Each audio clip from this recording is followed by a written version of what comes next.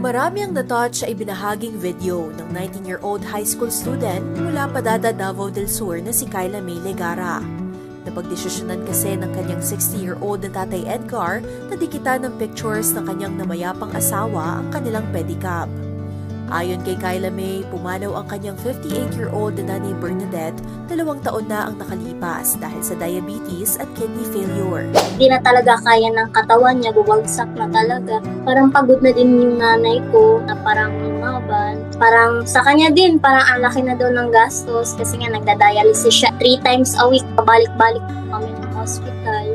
Hirap na po siya. Sinabihan pa ako ng doktor noon na hindi naaabot ng New Year yung mama mo. Nag-suffer po siya ng diabetes niya for 17 years. Pagkaanak niya po talaga sa akin. Nag-worsen lang siya. Mga 13 to 12 years old ata ako.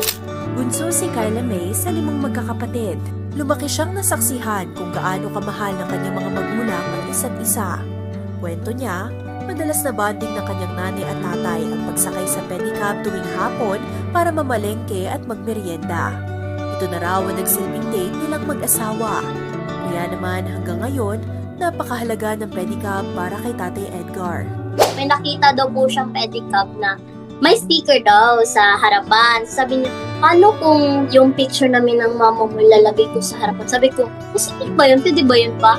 Oo, nakita ko. Magpapaprint ako, hahanapin ko yung picture namin ng mama mo. Siya nagpili lahat nun. Sobrang ganda ng mama ko dun. Naiiyak na po talaga ako dun. Kasi sobrang miss ko na din yung mama ko. Parang sabi ko, parang ayaw ata mag-ibang asawa ni Papa kasi sobrang mahal niya yung mama ko. Sabi niya, wala din daw siyang plano kasi yun nga, mahal niya talaga yung mama ko. Mula nang mailibing si Nanay Bernadette, linggo-linggo na siyang binibisita ni Tatay Edgar. Umulan man o umaraw, hindi raw lumilipas ang 1 linggo na hindi siya pumupunta sa puntod ng kanyang asawa para magdala ng bulaklak.